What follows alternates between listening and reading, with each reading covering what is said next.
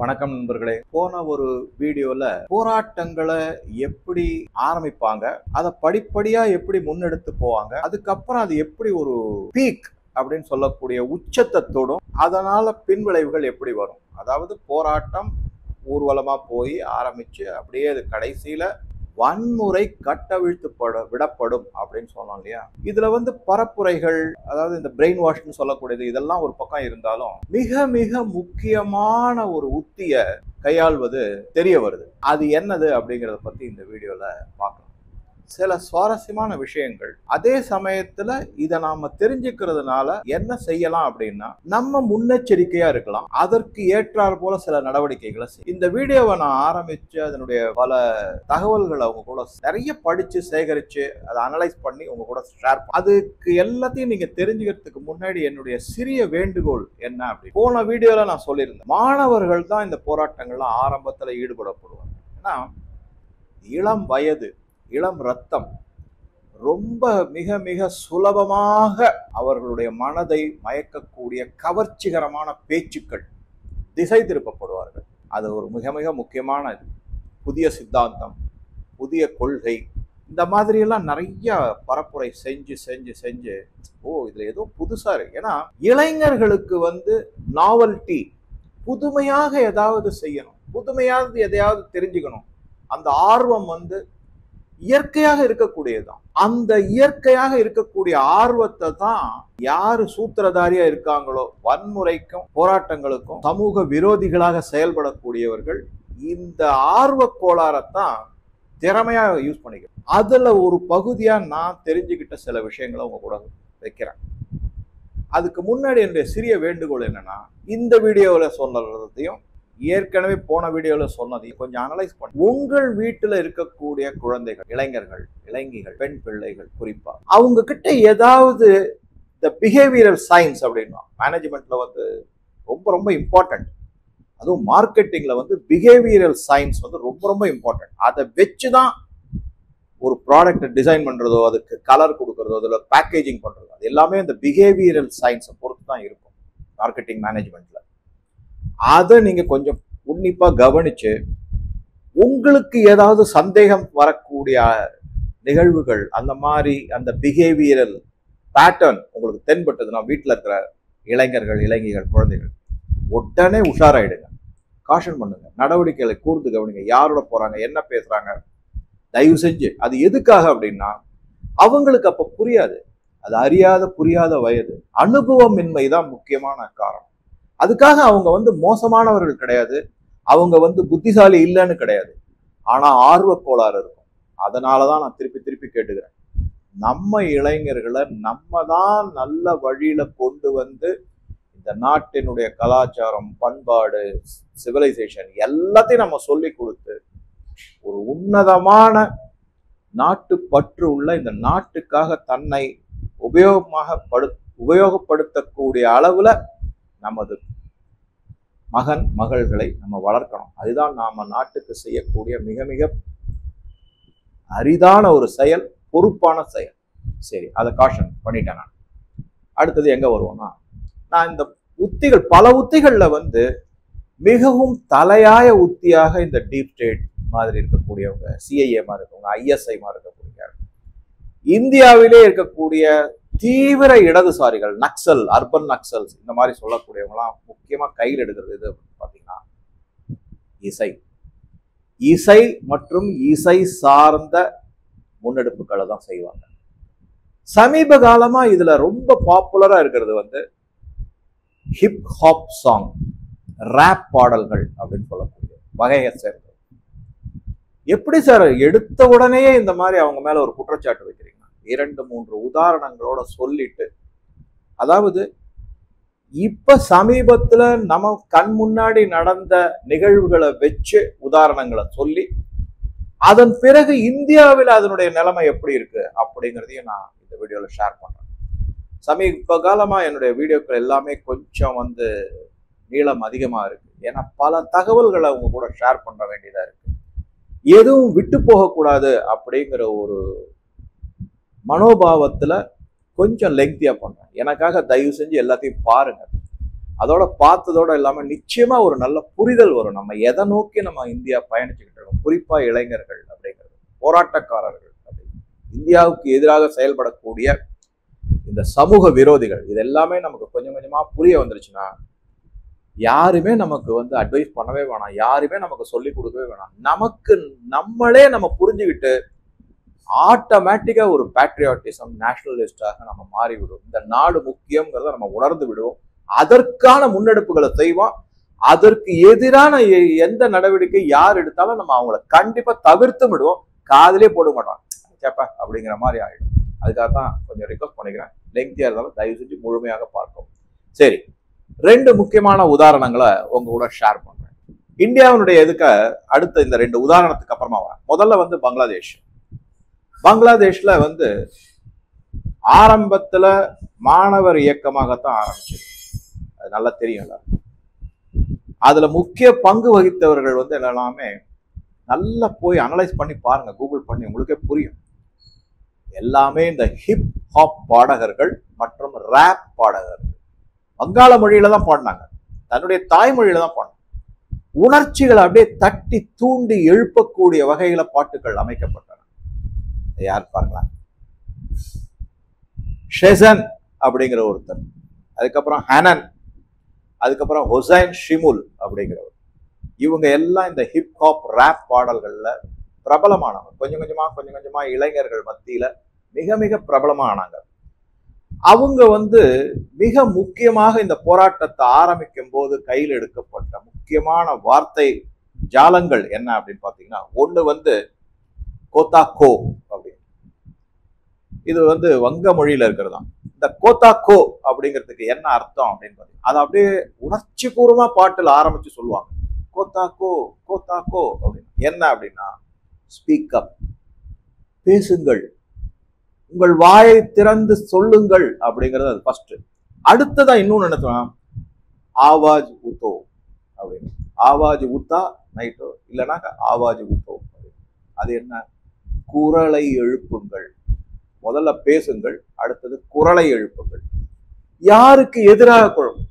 உங்க நாட்டுக்கு எதிராகவே, உங்க ஆட்சியாளருக்கு எதிராகவே, உங்க மக்களுக்கு எதிராகவே, உங்களுடைய முதலாளிகளுக்கு எதிராகவே, உங்களுடைய கம்பெனிகளுக்கு எதிராகவே, உங்களுடைய சமூகத்துக்கு எதிராகவே பேசுங்கள், குரலை எழுப்புங்கள். இதுதான் கோஷம். இவங்க ஆரம்பிச்சு விட்டுருவாங்க. நான் போன வீடியோல சொன்ன மாதிரி பல முறையை என்ன பார்க்கிறோம் அப்படின்னா, அதை அப்படியே ஹைஜாக் பண்ணிடுவாங்க சமூக விரோதிகள். ஆனா பழி எல்லாம் மாணவர்கள் மேல வந்துடும். அப்பாவி மாணவர்கள் மேல பழி வந்துடும். சமூக விரோதிகள் தான் எல்லா பயங்கரவாத செயல்களையும் ஈடுபட்டு, எல்லா தகாத செயல்களையும் ஈடுபட்டு, சொத்திலிருந்து உயிர் சேதம் வரைக்கும் எடுத்து குட்டிச்சோராக்குறது சமூக விரோதிகள். அவங்க உள்ள வந்துடுவாங்க. ஆனா தூண்டப்படுவது மாணவர்கள், கெட்ட பெயர் எடுப்பது மாணவர்கள். பல பேர் இதுல அரெஸ்ட் ஆனாங்கன்னாக்கா அவங்களுக்குலாம் வேலை வாய்ப்பே இருக்காது. ஏன்னா போலீஸ் கேஸ் இருக்கும். எப்படி போவீங்க? கம்பெனில போய் இன்டர்வியூ போது அவங்க கேட்பாங்க, எதுக்குப்பா நீ இந்த மாதிரி உள்ள இருந்த அப்படின்னு. நான் போராட்டத்தில் ஈடுபடுவேன்னு சொன்னீங்களா? சொல்ல முடியுமா? அதை ஒத்துப்பாங்களா? அதெல்லாம் யோசிக்கணும். சரி, இது பங்களாதேஷனுடைய ஒரு உதாரணமா. அந்த மாதிரி அந்த கோத்தாக்கோ ஆவாஜ் உத்தா இந்த 2 ஸ்லோகனும் ஏதோ ஒரு போர்க்கால வார் கிரை அப்படின்னு சொல்லுவாங்கல்ல, அந்த மாதிரி குரலாக மாற்றப்பட்டு விட்டது. எல்லாம் வெறி பிடிச்சு கத்த ஆரம்பிச்சிட்டாங்க. அதுதான் கடைசியில என்ன ஆச்சு எல்லாம் அது உங்களுக்கு தெரியும். இன்னைக்கு பங்களாதேஷ் எந்த நிலைமையில இருக்குங்கிறது தெரியும். இது ஒரு உதாரணம். அடுத்த உதாரணமாக நான் எங்க வரேன் அப்படின்னா, நேபாள் தான். இந்த நேபாள்ல நான் சொன்னாங்க பலேன், பாலேந்திர சகா, ஷா கிடையாது, சகா, திருப்பியும் சொல்றேன். இந்த பாலேந்திர சகா இந்தியாவில தான் படிச்சாரு, இந்தியாவில தான் பல காலம் வாழ்ந்தாரு, உத்தராகண்ட்லயும் படிச்சது ஃபுல்லு கர்நாடகால. மேயரா சுதந்திர சுயேட்சை வேட்பாளராக நின்று மேயரா தேர்ந்தெடுக்கப்பட்டாரு. ஸ்ட்ரக்சரல் இன்ஜினியருக்கு படித்தார். அது எதுவுமே அவர் அறியப்படவில்லை. மேயராகவோ இல்லை ஸ்ட்ரக்சரல் இன்ஜினியராகவோ அவரை யாருமே அடையாளம் காணவில்லை. அவரை எப்படி அடையாளம் காணப்பட்டார் அப்படின்னு பார்த்தீங்கன்னா, ஒரு ரேப் பாடகராக தான். உணர்ச்சிகளை தூண்டக்கூடிய நேபாளி மொழியில் அமைந்த ரேப் பாடகராகத்தான் அவரை பார்த்தாங்க எல்லாருமே.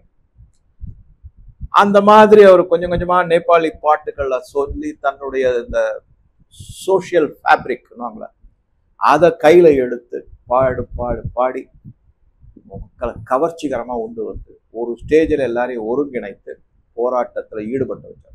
மிகப்பெரிய ரோல் அவருக்கு இருக்கு அப்படிங்கிறார். ஆக அவருடைய ரேப் பாடக தன்மையை, அவருடைய அந்த டேலண்டை யார் யூஸ் பண்ணிருக்காங்க? US deep state. இதேதான் அங்கேயும் நடந்தது. பங்களாதேஷ்ல யூஎஸ் டீப் ஸ்டேட் அவங்க தான் அதை யூஸ் பண்ணிட்டாங்க. சிஐஏ யூஸ் பண்ணி, ஐஎஸ்ஐ யூஸ் பண்ணி, ஜமாத் இஸ்லாமிங்கிற பொலிட்டிக்கல் பார்ட்டி யூஸ் பண்ணிக்கிட்டாங்க. கடைசியில் அவஸ்தைப்படுறது சாதாரண மக்கள், அப்பாவி மக்கள் தான். சரி, ஸோ நேபாளில் என்ன நடந்தது அப்படிங்கிறத நம்ம பார்ப்போம். 2 உதாரணங்கள். இவரால தான் நீங்க போய் பார்த்தீங்கன்னா தெரியும் யாரால தூண்டி விடப்பட்டு முன்னெடுக்கப்பட்டது அப்படின்னா. காரணம் வேற. நம்மளுடைய கலாச்சாரம் அழிஞ்சிருச்சு, நம்மளுடைய நாகரிகத்தை அழிக்கிறாங்க, தனித்துவமான அடையாளங்கள் அழிக்கிறாங்கன்றது கோபமா இருந்தது. ஆனா தூண்டி விடப்பட்டது இந்த ரேப் பாடல்கள். நான் நல்லா புரிஞ்சேன். ஒவ்வொருத்தருக்கும் கோபம் இருக்கும். அது வெடித்து வெளியில வர்றதுக்கான வாய்ப்புகளையும் இதையும் ஏற்படுத்தி கொடுக்கக்கூடியவர்கள் ஒரு சிலர் இருப்பாங்க. அதுல இந்த பலேன் மிக மிக முக்கியமான பங்கு வகிக்கிறார் அப்படிங்கிறது. அது இந்தியாவுக்கு எதிரானவர், அதை மறக்கவே மறக்காதீங்க. ஆனா அவருடைய பேர் தான் இப்ப சுத்திக்கிட்டு இருக்கு. அதுக்கு நல்ல வேலை, அதுக்கு நடுவுல நாம போன வீடியோல சொன்ன மாதிரி சுஷீலா கர்கி அவங்கள அப்பாயிண்ட் பண்ணிட்டாங்க. முன்னாள் ஜட்ஜா இருந்தாங்க சுப்ரீம் கோர்ட்ல. அவங்கள தான் இன்டரிம் ஹெட்டா போட்டிருக்காங்க. அதை பத்தின பல தரவுகள் எடுத்து வச்சிருக்கேன். கொஞ்சம் இந்தியாவுக்கு ஆதரவா தான் இருக்கு. அதை பார்க்கலாம் அடுத்த வீடியோல. ஸோ இப்போ இந்த வீடியோல இதுதான் முக்கியமான விஷயம். இந்த பலேன் இந்தியாவுக்கு எதிரானவர், ரேப் பாடகர், பல உத்திகளை கையை எடுத்து உணர்ச்சிகளை தூண்டி விட்டு போராட்டத்தில் ஈடுபட்டு வன்முறையில் முடிந்திருக்குதுங்க. அந்த வன்முறையை நடத்தியவர்கள் மாணவர்கள் அல்ல, அதில் ஊடுருவியுள்ள சமூக விரோதிகள், மதம் சார்ந்த சமூக விரோதிகள்னு தெள்ள தெளிவா இருக்குங்கிறது நான் இல்லை, நேபாளில் இருக்கிற பலருமே அதை ஒத்துக்கிறாங்க. செய்திகளும் வந்திருக்கு. சரி, இப்ப அதை அப்படியே நம்ம இந்தியாவுக்கு கொண்டு வரோம். 2 உதாரணத்தோட இந்தியாவுக்கு கொண்டு வரோம். நீங்க பார்த்துருக்கலாம். குறிப்பா டெல்லியில இருக்கிற ஜேஎன்யூ, அங்கேயோ இல்ல பல போராட்டங்கள் நடக்குது. ஜேஎன்யூ மட்டும் எடுத்துக்கிட்டோம்னா அங்க நீங்க பாத்தீங்கன்னா இந்த குமார் கண்ணையான்னு, ஷார்ஜில் இமாம், நிறைய பேர் இருந்தாங்க. ஷேலா ரஷீத். ஆனா அந்த ஷேலா ரஷீத் இப்ப மனம் திருந்தி வந்துட்டாங்க. மோதியை பயங்கரமா அப்ரிஷியேட் பண்ணாங்க. அவங்க காஷ்மீரி பெண். அவங்க காஷ்மீர்ல இருக்கிற இப்ப நடந்துகிட்டு இருக்கக்கூடிய வளர்ச்சிகளையும் நலன்களையும் பார்க்கும்போது நான் மோதியை தப்பா நினைச்சிட்டேன், நான் மன்னிச்சிடுங்கன்னு சொல்லியிருக்காங்க ஓப்பனாவே. ஷேலா ரஷீத்னு பேரு. மற்றவங்களாம் நான் இருக்காங்க. குமார் கண்ணையா, அவர் கன்னியாகுமார்னு கூட சொல்லுவாங்க. அவர் முன்னாடி கம்யூனிஸ்ட்ல இருந்தார், இப்ப காங்கிரஸ்ல. அவரை ராகுல் காந்தி பீகார்ல பிரச்சாரத்துக்கு போகும்போது அந்த வண்டியில ஏறதா அவர் செக்யூரிட்டி பிடிச்சி கீழே தள்ளுறாங்க. கேவலமா இருக்கு. அப்படி என்ன அடிவருடியா அங்க போய் அவங்க காலை பிடிச்சி கெஞ்சிக்கிட்டு இருக்கீங்கன்னு. ரொம்ப மோசமான குமார் கண்ணையா. அவர் நீங்க எப்பவுமே பாத்தீங்கன்னாக்க கை எப்படி வச்சுப்பாரு. ஹமே சாஹியே ஆஜாதி, ஹமே சாஹியே ஆஜாதி. ஒரு ரிதமிக்கா அப்படியே டெம்போ ஏத்துவார். ஹமே சாஹியே ஆசாதி அப்படிங்கிறதுக்கு எங்களுக்கு சுதந்திரம் வேணும். சுதந்திரம் இந்தியாவில தானே இருக்கீங்க. நீங்க இப்ப எந்த பார்ட்டியில சேர்ந்திருக்கீங்களோ அவங்க தானே சொல்றாங்க நாங்க தான் இந்தியாவுக்கே சுதந்திரம் வாங்கி கொடுத்தோம், அது தப்பு அப்படிங்கிறத சுபாஷ் சந்திர போஸ் ஆதரவாளர்கள் எல்லாரும் நிரூபிச்சுக்கிட்டு தானே இருக்காங்க. என்ன ஆசாதி வேணும், என்ன சுதந்திரம் வேணும்? பேச்சு சுதந்திரம் இருக்கு, மத சுதந்திரம் இருக்கு, எல்லா விதமான சுதந்திரமும் இல்லாத சுதந்திரமே இருக்கு, எல்லாமே இருக்கு. நினைச்சா நீங்க மோதியவே திட்டலாம், அவருடைய அம்மாவையும் திட்டலாம். அந்த அளவுக்கு உங்களுக்கு சுதந்திரம் கொடுத்துதானே வச்சிருக்காங்க. ஆனா அங்க எதையோ இழந்துட்டா மாதிரி ஒரு போராட்டம். அது அப்படியே மியூசிக்கா. சரி, இந்த மியூசிக்கு பின்னாடி, இந்த ரிதமிக் மியூசிக்கு பின்னாடி என்ன இருக்குன்னு பாத்தீங்கன்னா, இந்த தம்பட்டம்னு சொல்லக்கூடிய ரவுண்டா ஒரு இது மாதிரி, அதை டோல்னு சொல்லுவாங்க. அதை அடிச்சுக்கிட்டே இருப்பாங்க. அந்த ரிதம், அந்த மியூசிக் அப்படியே கொஞ்சம் கொஞ்சமா உங்களுக்கு டெம்போவை, உணர்ச்சிகளை தூண்டும். இதைத்தான் இங்க தமிழ்நாட்டிலையும் கோவன் அப்படின்னு ஒருத்தர் இருந்தார். உங்க எல்லாருக்குமே நல்லாவே தெரிஞ்சிருக்கும். இப்ப அவர் ஆள் அட்ரஸே தெரியல, அவர் எங்க இருக்கான்னு தெரியல. இருந்தா எனக்கு கூட அவர் ஒரு இன்டர்வியூ பண்ணணும்னு ஆசையா இருக்கு. யாராவது தகவல் கிடைச்சதுன்னா சொல்லுங்க. டிஎம் இன்ஃபோடைன்மெண்ட்காக அவர் ஒரு சிறு நேர்காணல்ல பார்க்கணும்னு ஆசைப்படுறாங்க. அவர் எங்க போனாருன்னே தெரியல. 4.5 வருஷம் ஆக போகுது, ஆளு காணும். பயங்கரமா உணர்ச்சிகளை தூண்டி விட்டு மக்களை அப்படியே உசுப்பேத்தி விட்டு இந்த ஒரு அரசியல் கட்சிக்கு மட்டும்தான் நீங்க ஓட்டு போடணும், அந்த கட்சி மட்டும்தான் தமிழ்நாட்டை அப்படியே சொர்க்கத்துல கொண்டு போய் நிறுத்த போறாங்கன்னு எல்லாம் பாடிக்கிட்டு வந்தார். பாட்டு நல்லா கவனிங்க. இது ஒரு சின்ன உதாரணம். இதை தவிர பல உதாரணங்கள் இருக்கு. எந்தெந்த மாதிரி உதாரணங்கள் அப்படின்னு பார்த்தோம்னா வரிசையா சொல்ல பாருங்க. யார் யாரெல்லாம் இருக்காங்க? மும்பை தாராவில ஒருத்தர் இருக்கார். அவர் டிவைன் அப்படின்னு கூப்பிட்டுப்பாங்க. அவருடைய ஒரிஜினல் பேர் விவியன் பெர்னாண்டஸ். இவர் எப்பவுமே என்ன சொல்லுவாரு அப்படின்னா, மும்பை தாராவில தான் வளர்ந்தவர். சமூகம், அந்த சமூகத்தில் இருக்கக்கூடிய அவலங்கள், அவங்க படக்கூடிய கஷ்டங்கள், இந்த மாதிரி பாட்டு பாடி பாடி பாடி என்னமோ இந்தியாவில சமூகத்தை அப்படியே கஷ்டங்கள்ல ஆழ்த்தி ஒண்ணுமே இல்லாம பண்ணிட்டாங்க அப்படிங்கிற மாதிரி ஒரு முன்னெடுப்பை செஞ்சு அவங்கள தூண்டி விடுறது போராட்டங்கள். சரி, போராட்டம்னு சொல்லி தூண்டி விடுறீங்க. அந்த தாராவியை ரீடெவலப்மெண்ட் பண்ணி எல்லாருக்கும் ஃப்ரீயா அரசு வீடு கொடுக்குது இந்த பாஜக அரசு அப்படின்னா, உடனே அதுக்கு எகென்ஸ்ட் யாரு கேஸ் போடுவாங்கன்னா இதே கம்யூனிஸ்ட் தான் போடுவாங்க. இதே கம்யூனிஸ்ட் தான் கோர்ட்ல போய் ஸ்டே ஆர்டர் வாங்கிட்டு வரணும். அது நடக்கவே நடக்காது. நீங்க தானே சொல்றீங்க. சரி, அந்த மாதிரி ஒருத்தர் இருக்காருங்க. அவரு தன்னுடைய தாராவில இருக்கிறதுனால, தாராவி ஆசியாவிலேயே மிகப்பெரிய ஒரு ஸ்லம் அப்படின்னு சொல்லக்கூடிய அந்த ஸ்லம்மை வச்சுதான் மீரா நாயர் அவங்க ஸ்லம் டாக் மில்லியனர் இந்த மாதிரி பல படங்கள்லாம் எடுத்து பெரிய பணம் சம்பாதிச்சாங்க, மில்லியன்ஸ் ஆஃப் டாலர்ஸ். சரி, அடுத்த பிரச்சனை. இதுக்கப்புறம் என்ன பண்ணுவாங்கன்னா, இந்த மாதிரி இவங்க சொல்லும் போது அந்த பாட்டினுடைய வரிகள் எல்லாமே எதை பத்தி இருக்கும் அப்படின்னா ஏழ்மையை பத்தி இருக்கும். அதுக்கப்புறம் சிஸ்டமிக் இன்ஜஸ்டிஸ், அதாவது ஒரு நீதி மறுப்பு அப்படிங்கிறத பத்தி இருக்கும். என்ன நீதி மறுப்பு, என்ன ஒண்ணுமே புரிய மாட்டேங்குது. சரி, அடுத்தது. இதெல்லாம் விளக்கமா பேசணும்னா போகும், அது பாட்டுக்கா மணிக்கணக்கில் நம்ம பேசணும். இருந்தாலும் ஜஸ்ட் அதுக்கப்புறம் அந்த மக்களுடைய ஆசை மற்றும் அபிலாஷைகள், மனிதனா பிறந்தவங்க எல்லாருக்கும் ஆசை இருக்கதான் இருக்கும். அதுல ஒன்றும் அது தவறும் கிடையாது. கனவுகளும் ஆசைகளும் இருக்கக்கூடிய மனுஷன் அதை நேர்மையாக நடத்தி காமிச்சா வாழ்க்கையில முன்னேறி நல்ல உன்னதமான நிலையம். ஆனா என்ன ஆயிடும்னா, இந்த கனவுகளையும் ஆசைகளையும் அபிலாஷைகளையும் தவறான பாதையில திருப்பி விட்டு வெகு விரைவில், இந்த 2 minutes நூடுல் மாதிரி, நீ பணக்காரன் ஆயிடலாம், நீ இதை பண்ணலாம், நீ அப்படின்னு ஒரு பக்கம். அவங்க என்ன பண்ணுவாங்கன்னா, பல சட்டத்துக்கு புறம்பான செயல்பாடுகளை ஈடுபட்டு அதுல வர நிறைய பணம் வருதுன்னு நினைச்சுப்போ அந்த குழியில விழுந்துருவாங்க. அவ்வளவுதான்.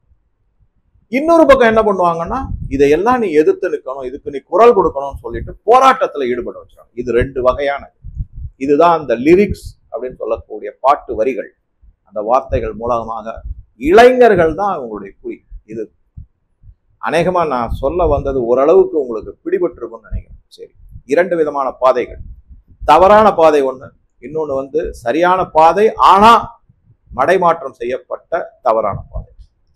தகாத செயல்கள் ஒண்ணு, இன்னொன்னு அப்பாவித்தனமான செயல்கள், ஆனா அது கடைசியில சமூக விரோதிகள் கையில போகக்கூடியது. ரைட். இதை தவிர இன்னொருத்தர் இருக்கார், நாசி அப்படின்னு அவர் பேரு. இந்த நாசியினுடைய ஒரிஜினல் பேர் என்ன பாத்தீங்கன்னா நவீத் ஷேக் அப்படின்வார். இவர் மதம் சார்ந்த பல வார்த்தைகள் இருக்கக்கூடிய பாட்டுக்களை தயாரிக்கிறவர். அந்த மாதிரி அவருக்கு எழுதி கொடுப்பாங்க. இவர் பாடகர் தான். அவர் குறிப்பா எதை பத்தி பேசுவாரு அப்படின்னு பாத்தீங்கன்னாக்க, நடைமுறையில இருக்கக்கூடிய தெரு பாருங்க, ஒரே குண்டும் குழியுமா இருக்கு, இந்த ரோடு சரியா போடல. கரெக்ட் தான், சரியா போடல. அப்ப யாரு மேல குற்றம்? ஆட்சியாளர்கள் மேல. ஏன் அந்த ஆட்சியை தேர்ந்தெடுக்கிறீங்க? ஒன்றும் இல்லை, நம்ம வீடியோலயே நான் பலது சில பேர்லாம் என்ன கேட்குறாங்கன்னா, சார் நீங்க நிறைய பிரச்சனைகளை சொல்றீங்க, அதற்கான தீர்வுகளை சொல்லவே மாட்டேங்கிறீங்க. நான் நிறைய தடவை சொல்லியாச்சு, ஒரே ஒரு தீர்வு தான். ஒண்ணு நல்லா புரிஞ்சுக்கோங்க, தயவு செஞ்சு என்னுடைய ரிக்வஸ்ட் தான். ஜனநாயகத்துல பல குறைபாடுகள் கண்டிப்பாக இருக்கும். இன்ஹரண்ட் ஓகே பிளாக் ஸ்பாட் ஜனநாயகத்துல இருக்கும். வேற வழியே கிடையாது. டெமோக்ரஸி அப்படின்னாலே அது இன்ஹரண்ட் பிளாக் ஸ்பாட் இருக்கதான் இருக்கும். அதுக்காக அந்த ஜனநாயகத்தை நம்ம ஒதுக்கி தள்ளவே முடியாது. வேற எந்த விதமான ஆட்சியும் வரக்கூடாது. ஜனநாயகம் தான் இருக்கிறதே மிக சிறந்த ஆட்சி. மக்களாட்சி தான் சிறந்த ஆட்சி. அதுல நிறைய குறைபாடுகள் இருக்கு சார். என்ன செய்யறதுன்னா, அதுக்குத்தான் அதே ஜனநாயகம் நம்ம கிட்ட என்ன கொடுத்துருக்குன்னா, மிக மிக சக்தி வாய்ந்த ஒரு பொறுப்பை நம்ம கிட்ட கொடுத்து, ஒரு பவரை நமக்கு கொடுத்துருக்கு. அது என்ன பவர்னா ஓட்டு. ஓட்டு போடுங்க. வீட்டுல இன்னைக்கு வந்து ஹாலிடேப்பா. அதுவும் அது வந்து வெள்ளிக்கிழமை வந்துட்டு சாட்டர்டே சண்டேயோட 3 நாள் ஹாலிடே. எங்கேயாவது ஜாலியா பிக்னிக் போயிடலாம், போகாதீங்க. கடமையை செய்யுங்க. அந்த கடமையை செய்யும் போது இதெல்லாம் ஞாபகம் வச்சுக்கோங்க. இவங்க பாடுறாங்களா, போராட்டத்துல போய் ஈடுபடாம, தகாத செயல்களை ஈடுபடாம, அந்த பாட்டுல இருக்கிற வரிகளை நிதர்சனமா உணர்ந்து இந்த ஆட்சியை நம்ம அகற்ற வேண்டும். அப்படி அந்த மாதிரிதான் ஜனநாயகம். இதுதான் தீர்வு. வேற எந்த விதமான தீர்வும் கிடையவே கிடையாது. ஜனநாயகத்துல வேற எந்த விதமான தீர்வும் கிடையாது சார். ஒரு தடவை ஓட்டு போட்டா அவங்க ஆட்சிக்கு வந்துட்டா 5 வருஷம் அவஸ்தைப்படுவாங்க. அதுக்கு தான் ரொம்ப கேர்ஃபுல்லா போகணும். இப்ப மத்திய அரசை தேர்ந்தெடுத்திருக்கீங்க, அவஸ்தையா போட்டுட்டீங்க. சொல்லுங்க. கண் முன்னாடி நம்ம பாக்குறோம். எந்த செக்டாரா இருந்தாலும் நம்ம வளர்ச்சி திட்டத்தை பார்க்கணும். சரி, நான் இப்போ இந்த விஷயத்துக்கு வந்துடுறேன். ஸோ தீர்வு சொல்லுங்க, தீர்வு சொல்லுங்கன்னா என்னுடைய பார்வையில் இருக்க ஒரே தீர்வு ஜனநாயக ஆட்சி, மக்களாட்சி தான் இறுதியானது, உன்னதமானது. அதுல நிறைய குறைபாடுகள் இருக்கு. அதை நிவர்த்தி செய்வதற்கு ஒரே வழிதான் நம்மளுடைய ஓட்டு உரிமை. அதை நம்ம கண்டிப்பா செய்யணும். சரியான நபர்களை தேர்ந்தெடுத்தோம்னா தீர்வு தன்னால வரும். அதே மாதிரி அவர் மேல ஏன் கேஸ் போடல, அவரை ஏன் அரெஸ்ட் பண்ணல, பண்ண முடியாது. தயவு செஞ்சு புரிஞ்சுக்கங்க, தயவு செஞ்சு புரிஞ்சுக்கங்க. இப்படித்தான் இருக்கும். ஏன்னா இந்த நாட்டுல 65-70 வருஷமா இருக்கக்கூடிய ஜுடிஷியல் சிஸ்டத்தை மாத்த முடியல. அது கொஞ்சம் கொஞ்சமா தான் மாறுதல் வரும். 250 வருஷம் ஆயிருக்கு இது அமெரிக்காவுக்கு சுதந்திரம் கிடையாது. ஆனா எங்க போய் சிக்கி இருக்கு அப்படின்னு, அப்பேற்பட்ட மிக வல்லரசான நாடு யாருக்கிட்ட சிக்கி இருக்கு? டீப் ஸ்டேட் கிட்ட தானே சிக்கி இருக்கு. மக்களுக்கு ஏதாவது தெரியுதா? நமக்கு தெரிஞ்ச அளவுக்கு கூட அமெரிக்கா ஒரு டீப் ஸ்டேட் கையில மாட்டிக்கிட்டு முழிச்சுக்கிட்டு இருக்கு. சிஐஏ தான் ஆட்டி படைக்கிறாங்கன்னு யாரு அமெரிக்கர்களுக்கே தெரியாது. அதனால தயவு செஞ்சு எல்லா நாட்டிலும் இருக்கிறது. அதனாலதான் நம்ம நல்ல ஆட்சியாளர்களை தேர்ந்தெடுக்கணுங்கிறது தான் இதுல மிக மிக முக்கியமானது.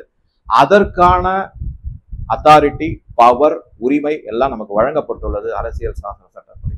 அதுதான் தீர்வு. அதை கண்டிப்பா கையில் எடுக்கும். சரி, அடுத்ததுக்கு நான் வரேன். ஸோ இவர் என்ன பண்ணுவாருன்னா, இந்த நவீத் ஷேக் வேலையில்லா திண்டாட்டம், அதுக்கப்புறம் வந்து சொசைட்டியில இருக்கக்கூடிய சில அவலங்கள் இருக்கு, நான் இல்லைன்னே சொல்லல. ஏற்றத்தாழ்வு இல்லாத சமூகம் அப்படிங்கிறது வந்து உட்டோப்பியன் தியரிங்க. இதை தயவு செஞ்சு புரிஞ்சுக்கங்க. இதை நான் எப்படி விளக்க முடியும்? ஒரு சின்ன எக்ஸாம்பிள் சொல்லணும்னா, நான் வந்து டாக்ஸி ஓட்டினா நான் எக்ஸ்ட்ராவா 100 ரூபாய் கேட்பேன். ஓலாலே ஊபர்ல நான் டிரைவரா இருந்து ஓனர் டாக்ஸி ஓட்டினா நான் 100 ரூபாய் எக்ஸ்ட்ரா கேட்பேன். அதே நான் வந்து கஸ்டமரா பேசஞ்சரா போனேன்னா அவன் கேட்கிற 100 ரூபாய் நான் திட்டுவேன். இதுதான் உண்மை, நிதர்சனம். இதை உணருங்கள் தயவு செஞ்சு. அது மாதிரி ஆச்சுங்களா. இதுக்கப்புறமா முக்கியமான ஒரு சித்து மூஸ்வாலா அப்படின்னு ஒரு பாடகர், இவர் பஞ்சாபி ரேப் பாடகர். அவருடைய கதை அவங்க எல்லாருக்குமே தெரிஞ்சிருக்கும்னு நினைக்கிறேன். அவர் வந்து இந்த லாரன்ஸ் பிஷ்னாய் அப்படின்னு ஒருத்தர் இருக்காரு. அவரை பத்தி தனியா வீடியோ போட்டிருக்கோம். முடிஞ்சதுன்னா அதை போய் ரீவிசிட் பண்ணி பாருங்க, மீண்டும் பாருங்க, நல்லா இருக்கும். அவருடைய அசோசியேட், அவருடைய கூட்டத்தில் இருப்பவர்னு சொல்லக்கூடிய கோல்டி பிரார் அப்படிங்கிறவர் வந்து இந்த சித்து மூஸ்வாலாவை கொலை செய்து விட்டார்.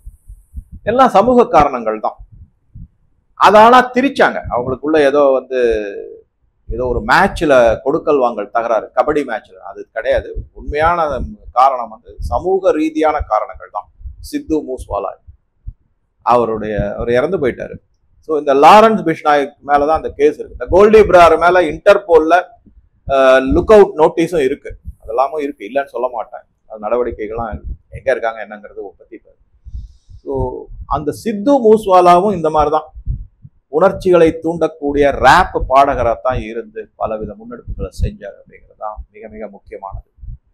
சரி, அவர் ஆனா என்ன பண்ணுவாரு அப்படின்னா, இன்இக்வாலிட்டியை பத்தி பேசுவாரு. அப்புறம் இந்த மைக்ரேஷன், இல்லீகல் இமிகிரேஷன், இந்த பங்களாதேஷ், முஸ்லிம்ஸ், அப்புறம் ரோஹிங்கியா சொல்லலாம், அதெல்லாம் ஆதரிச்சு பாட்டு பாடுவார் அவர். கேட்டுக்கங்க எல்லாமே. அதனாலதான் நான் சொன்னேன்ல, சோசியல் காஸ் தான். இது மாதிரி நிறைய செஞ்சிருக்காரு. அதுக்கப்புறம் விவசாயிகள் போராட்டத்தில் அவர் பாடியிருக்காரு.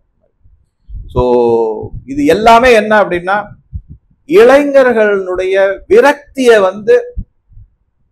அதிகரிக்க செய்து அதன் மூலமாக அவங்கள தூண்டிவிடப்பட்டு போராட்டத்தில் ஈடுபட்டு போராட்டம் நடந்துகிட்டு இருக்கும்போது சமூக விரோதிகள் உள்ளவர். இதுதான் இந்த பேட்டர்ன், வெரி கிளியர்.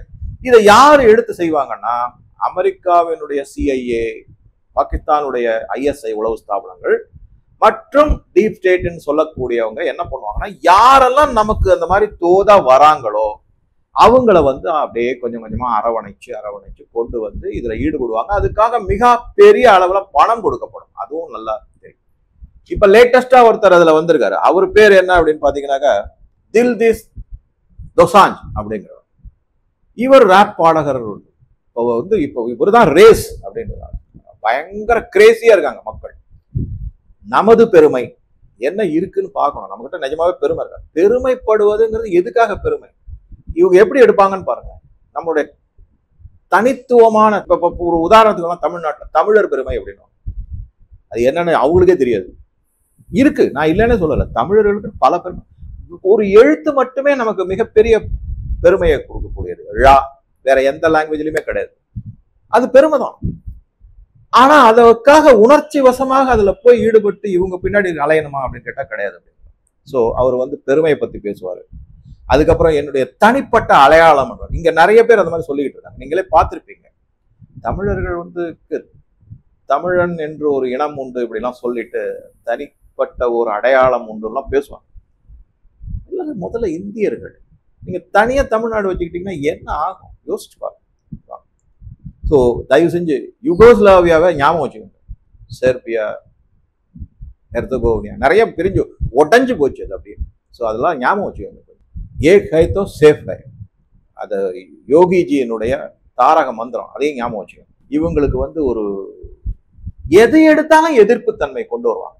ரிபல்லியஸ் ஆட்டிடியூட அதிகப்படுத்திக்கிட்டே வருவாங்க. அது ரொம்ப ரொம்ப முக்கியம். நம்ம வீட்டிலேயே நான் அதனாலதான் என்ன சொல்லுவேன்னா, குழந்தைகளையோ நம்மளுடைய மகன் மகளை பத்தி பேசும்போதோ அவங்க இருக்கும்போது அவங்க ஏதாவது சொன்னா ரியாக்ஷன் பண்ணவே பண்ணாதீங்க. ப்ரோஆக்ஷனா இருக்க. Don't react, B proactive. கொண்டு வாங்க. அவங்களுடைய மனசை அப்படியே புரிஞ்சுக்கங்க. எல்லாத்தையும் வெளியில கொட்டட்டும். அப்படியே கொஞ்சம் கொஞ்சமா புரிய வைங்க. தயவு செஞ்சு ரியாக்டிவா இருந்தீங்கன்னா அவங்க ரிபலியஸ் ஆயிடும். ஏன்னா என்னுடைய மாணவர்களுடைய பெற்றோர்கிட்ட நான் அடிக்கடி சொல்லுவது சும்மா எந்நேரமும் படி படி படின்னு அவங்க சார் இது கேட்க மாட்டேங்க அது கேட்க மாட்டேன் சொல்லவே சொல்லாதீங்க. ஏன்னா ஒரு நிமிஷம் யோசிச்சு பாருங்க. கடைசியில எக்ஸாம் வர வரைக்கும் அவங்க அம்மா அப்பா வேற வழி இல்லாம ஒரு கட்டுப்பாடுல வளர்த்துருவாங்க. எக்ஸாம் அன்னைக்கு நான் போய் எழுத மாட்டேன், எனக்கு மூடு இல்லை அப்படின்னா என்ன பண்ணுவேன்? இந்த ஒரு வருஷம் உழைப்பு அப்படியே வீணாகி விடும். அதனால என்கரேஜ் தான் பண்ணணும். ஏன்னா இன்னைக்கு காலம் வேற. அதனால தயவு செஞ்சு don't be reactive, B proactive. பசங்களை வளர்க்கும் போது ஆனா அலர்ட்டா இருக்கணும். அதுக்காக அப்படியே சுதந்திரம். இது எப்படின்னா, இப்போ ஒரு பறவை இருக்கு, உங்க கையில வச்சிருக்கீங்க. If you tighten the grip, it will choke. If you loosen the grip, it will fly away. அந்த மாதிரி தான் அது. ஞாபகம் வச்சுக்கோ. சரி, இந்த மாதிரி பல பேர் இருக்காங்க. தில்ஜித் தோசாஞ்ச், கோவன், இந்த மாதிரி பல பேரை நம்ம சொல்லிட்டோம்.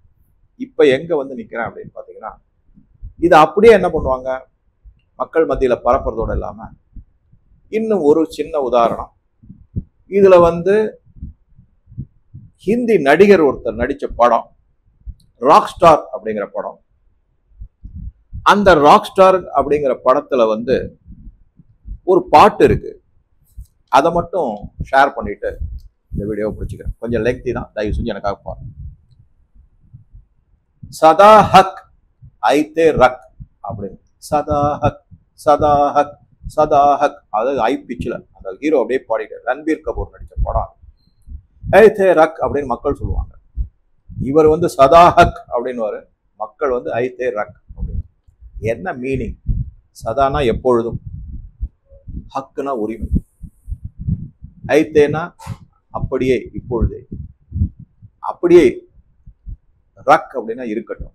என்ன சொல்றாரு அப்படின்னு பாத்தீங்கன்னா, எங்களுக்கு சொந்தமானதை எங்களுக்கு திருப்பி கொடுங்கள் இப்பொழுதே அப்படிங்கறத அந்த சதாஹக் ஐதேரக் அப்படிங்கறதுடைய மீனிங். என்ன உங்களுக்கு சொந்தம், என்ன உங்களுக்கு திருப்பி கொடுக்கப்படவில்லை?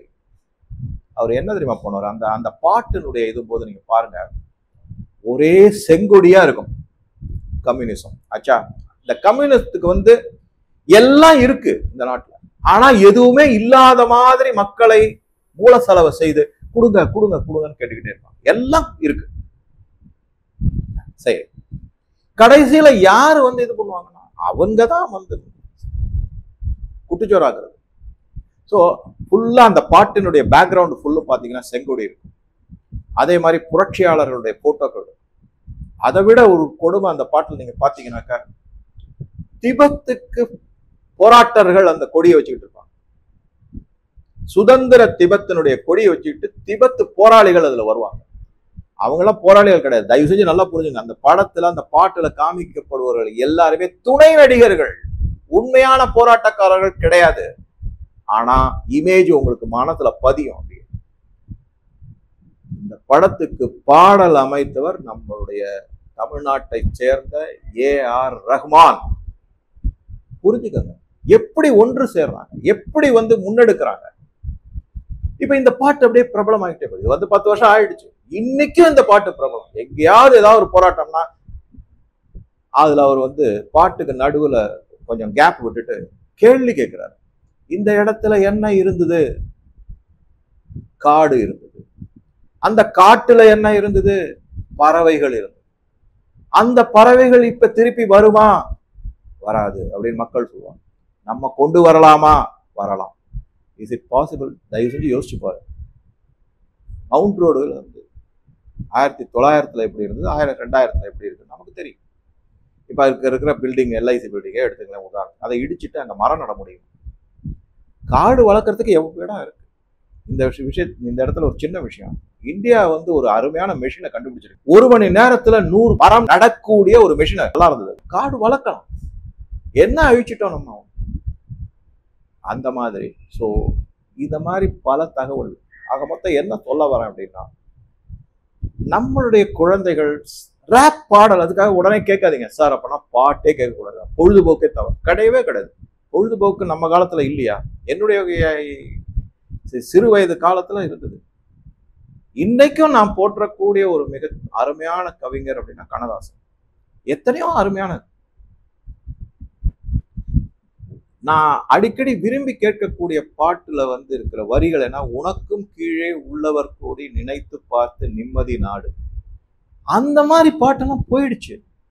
நம்மளை சிந்திக்க வைக்க வேண்டிய பாடல் வரிகள் போய்விட்டு அதுக்காக சார் எந்நேரமும் நம்ம சோகத்திலே அதையே நினைச்சுக்கணும் இல்லையே.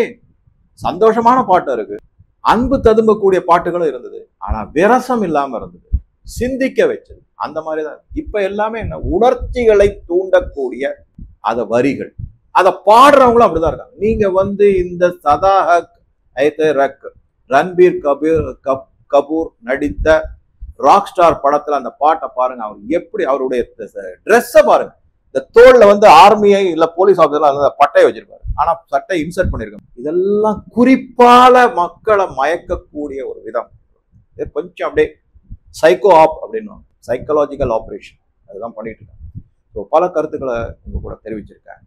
என்னுடைய பாயிண்ட் ரிக்வஸ்ட் என்னன்னா, அந்த மாதிரி பாடகர்கள் யாரெல்லாம் சந்திக்கிறாங்க, அவங்க அமெரிக்கா பின்புலம் இருக்கா, நார்வேயினுடைய பின்புலம் இருக்கா, ஈவன் சுவிட்சர்லாந்துல இருந்து அவங்க யாராவது சந்திக்கிறாங்களா, அவங்களால பாராட்டப்படுறாங்க, அவங்க ஏதாவது அவார்டு கொடுக்குறாங்களா, இதையெல்லாம் கவனிச்சு அதை கொஞ்சம் யோசிச்சு அதை அனலைஸ் பண்ணிட்டு, அந்த மாதிரி இருக்கும்போது நம்ம வீட்டுல இருக்கக்கூடிய இளைஞர்கள் இளைஞிகள் அதுல இன்வால்வ் ஆயிருக்காங்களா, அதையும் கொஞ்சம் ஓரளவுக்கு புரிஞ்சுக்கிட்டு தவறான வழியில அவங்க போய்விடாமல் நாட்டுக்காக அவங்க இருக்கணும் அப்படின்ட்டு நல்ல வாழ்வியல் வாழணும், அவங்க ஆரோக்கியமான வாழ்வு வாழணும், ஆரோக்கியமான சிந்தனை வாழணும் அப்படிங்கிற ஆங்கிள் தயவு செஞ்சு முன்னெடுக்கணும் அப்படிங்கிறத என்னுடைய வேண்டுகோள்.